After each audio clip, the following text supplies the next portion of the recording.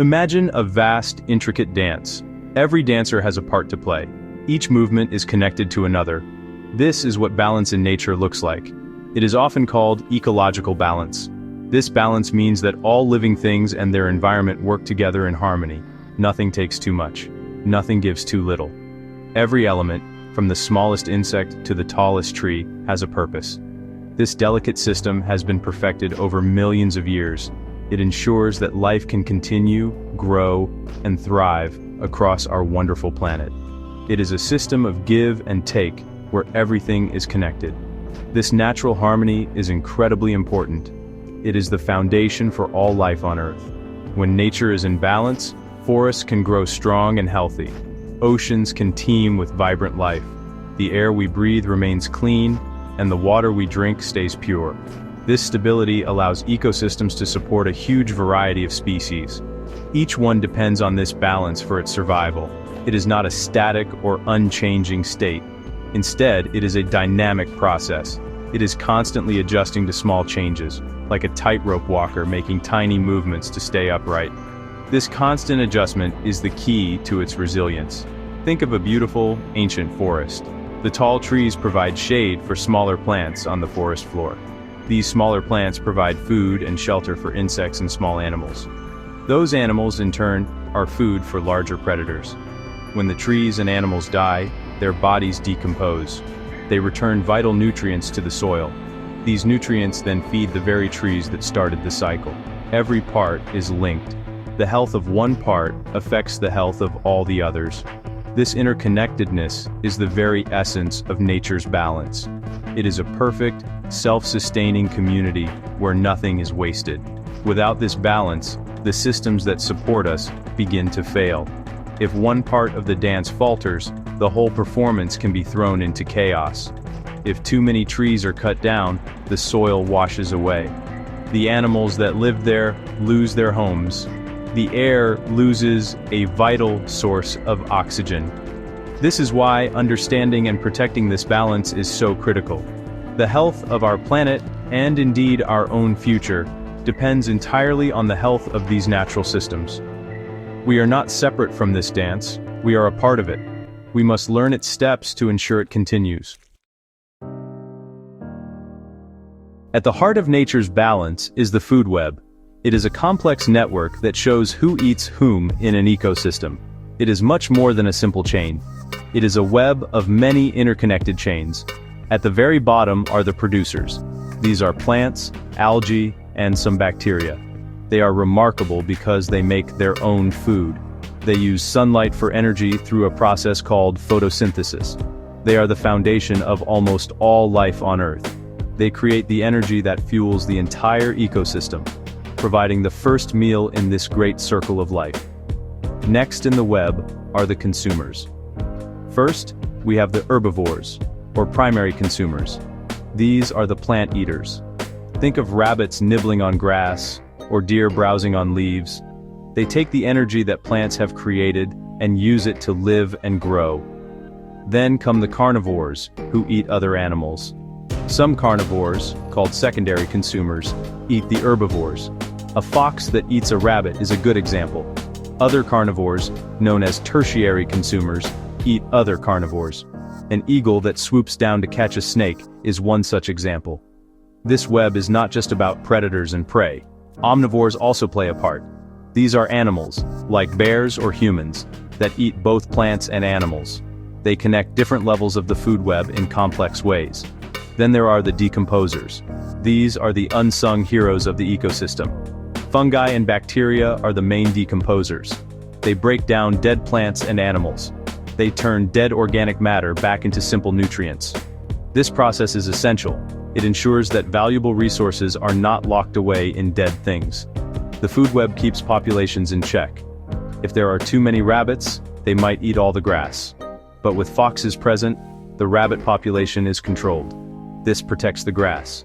If the foxes disappear, the rabbits might multiply until there is no food left, and then they too would suffer. Every link in the web is vital. Removing just one species can have ripple effects that are felt throughout the entire system. This delicate interdependence is a perfect illustration of how nature maintains its own balance. ensuring no single group becomes too dominant. Just as energy flows through a food web, essential materials are cycled through an ecosystem. These are called nutrient cycles. They are nature's way of recycling the building blocks of life. Nothing is ever truly thrown away. Elements like carbon, nitrogen, and water are used over and over again. This constant reuse is fundamental to the long-term health and stability of our planet. Without these cycles, living things would quickly run out of the raw materials they need to grow and survive. These cycles are the planet's life support system, working silently and ceaselessly. Let us look at the water cycle. Water is essential for all living things. The sun heats water in oceans, lakes, and rivers. This causes it to evaporate and rise into the atmosphere as vapor. As the vapor cools, it forms clouds. Eventually, the water falls back to Earth as rain or snow. This precipitation replenishes our rivers and lakes. It waters the plants and provides a drink for all animals. The water then flows back to the oceans, and the cycle begins once more. This continuous journey ensures that water is distributed across the globe, sustaining life everywhere. The carbon cycle is another vital process. Carbon is the backbone of all life on Earth. Plants absorb carbon dioxide from the atmosphere during photosynthesis. They use it to build their leaves, stems, and roots. When animals eat plants, they take in this carbon. When plants and animals breathe, they release carbon dioxide back into the air. When they die, decomposers break down their bodies, releasing the carbon back into the soil and atmosphere. For millions of years, this cycle kept the amount of carbon in the atmosphere stable, creating a climate that allowed life to flourish. Nitrogen is also crucial for building proteins and DNA. Most of the air we breathe is nitrogen, but plants and animals cannot use it directly from the air. Special bacteria, often living on the roots of plants like peas and beans, can fix this nitrogen. They convert it into a form that plants can absorb. Animals get nitrogen by eating the plants. When organisms die, decomposers return the nitrogen to the soil, where it can be used again. These nutrient cycles are perfect examples of nature's efficiency, ensuring that the essential ingredients for life are always available. Biodiversity is the incredible variety of life on our planet. It includes every different kind of plant, animal, fungus, and microorganism. It also includes the variety within species, like different breeds of dogs or varieties of apples. And it includes the variety of ecosystems, from vast deserts to lush rainforests. This rich tapestry of life is not just beautiful to look at. It is absolutely essential for keeping our world in balance. Each species, no matter how small or seemingly insignificant, plays a role in the health of its ecosystem. A world rich in biodiversity is a world that is resilient and strong. Different species perform different jobs that contribute to the whole. Think of a coral reef. It is a bustling city of different creatures. The coral itself builds the structure of the reef, providing homes for thousands of species. Parrotfish graze on algae, keeping it from smothering the coral. Cleaner shrimp run tiny cleaning stations, removing parasites from larger fish. Every resident has a task that helps the entire community to thrive. If one species were to disappear, its job would be left undone. This could weaken the entire reef, making it more vulnerable to disease or damage. Biodiversity also provides us with essential services. Bees and other insects pollinate our crops. Without them, we would struggle to grow much of the food we eat, including fruits, nuts, and vegetables. Forests, with their rich diversity of trees and plants, help to clean our air and regulate the climate. Wetlands and mangrove swamps, full of unique life, act as natural buffers. They protect our coastlines from storms and flooding. The greater the variety of life, the more stable and productive these natural services become. We rely on this biological richness for our own well-being every single day. When biodiversity is lost, ecosystems become simpler and more fragile. They are like a chair with one of its legs removed. They can collapse more easily. A forest with many different tree species is more likely to survive an outbreak of disease than a forest with only one type of tree. If a disease attacks one species, the others can still stand strong. This variety provides a crucial insurance policy for nature. By protecting biodiversity, we are not just saving individual species, We are protecting the strength and stability of the entire network of life that supports us all. Nature has clever ways of regulating itself. It uses systems of feedback to maintain balance.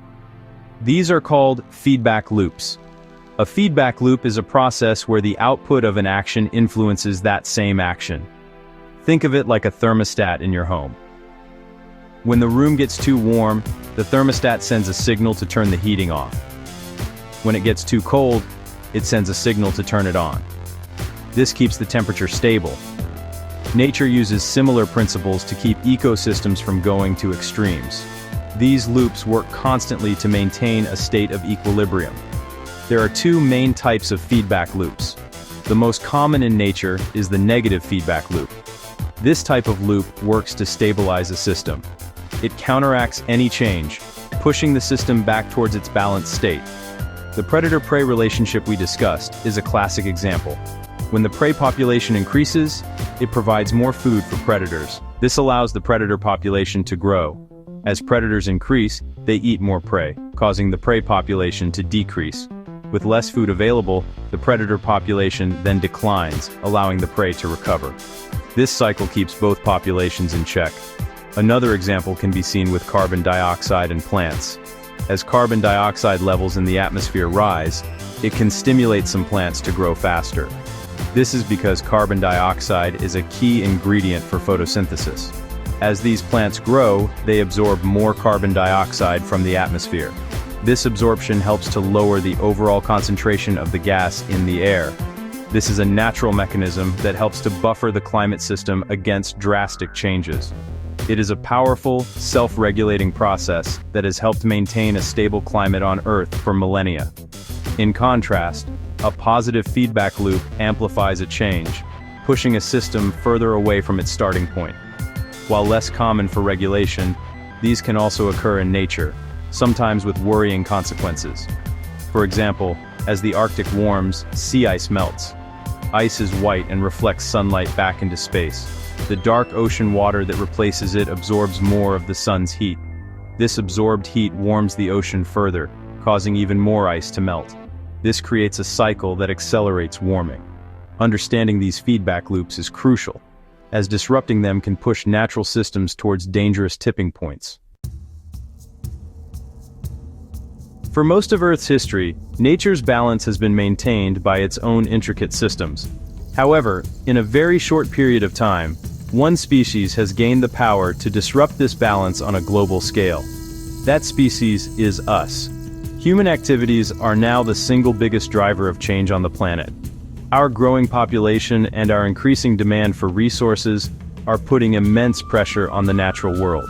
We are altering landscapes, consuming resources faster than they can be replenished, and disrupting the delicate cycles that have kept the world stable for so long. One of the most visible ways we disrupt the balance is through deforestation. Forests are cleared for many reasons: to make way for farms, to build cities and roads, or to harvest timber. When we cut down forests, we are not just removing trees. We are destroying complex ecosystems that are home to millions of species. This habitat loss is the leading cause of extinction today. Furthermore, forests play a critical role in the water and carbon cycles. Removing them can lead to changes in rainfall patterns, soil erosion, and an increase in carbon dioxide in the atmosphere, which warms our planet. Our agricultural practices have also had a profound impact. To feed a growing population, we have converted vast areas of natural habitat, like grasslands and wetlands, into farmland. Often, we grow just one type of crop over a huge area. This is called monoculture. This practice depletes the soil of its nutrients and makes crops highly vulnerable to pests and diseases. To combat this, we often rely on chemical fertilizers and pesticides. These chemicals can run off into rivers and streams, polluting our water and harming aquatic life. We are simplifying complex ecosystems, making them less resilient. The overuse of natural resources is another major problem. We are fishing our oceans faster than fish populations can reproduce, leading to the collapse of some fisheries. We are extracting fresh water from rivers and underground sources at unsustainable rates, causing water shortages in many parts of the world. We are mining minerals and fossil fuels that took millions of years to form. using them up in just a few generations.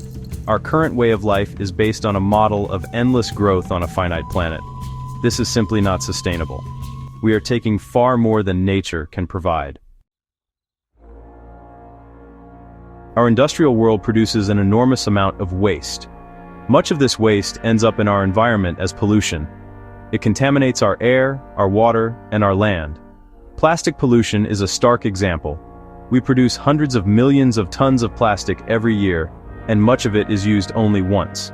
A huge amount of this plastic finds its way into our oceans. There, it can harm and kill marine life. Whales, turtles, and seabirds can mistake plastic bags for food or become entangled in discarded fishing nets. Over time, plastic breaks down into tiny particles called microplastics, which are now found everywhere, from the deepest oceans to the highest mountains. Chemical pollution is another serious threat. Factories, farms, and households release a wide range of chemicals into the environment. Fertilizers and pesticides from farms can wash into rivers, creating dead zones in the ocean where little can live. Industrial waste can contaminate soil and groundwater with heavy metals and other toxic substances. Even the medicines we use can pass through our bodies and end up in our waterways, affecting the development and behavior of fish and other aquatic creatures. This constant stream of pollutants puts a heavy burden on ecosystems, disrupting natural processes and harming wildlife. The burning of fossil fuels like coal, oil, and gas has had the most profound impact of all. Since the Industrial Revolution, this has released huge quantities of carbon dioxide and other greenhouse gases into the atmosphere. These gases act like a blanket around the Earth, trapping heat and causing the planet's temperature to rise. This is climate change. It is not just about the world getting a little warmer. It is causing fundamental changes to our planet's systems. It is leading to more extreme weather events, like heat waves, droughts, and floods. Glaciers and ice sheets are melting, causing sea levels to rise. Climate change disrupts nature's balance in countless ways. As temperatures rise, many species are forced to move to cooler areas to survive. But not all can move, and many face extinction. Coral reefs, sensitive to temperature changes, are experiencing widespread bleaching events, where they expel the colorful algae that live within them and turn white.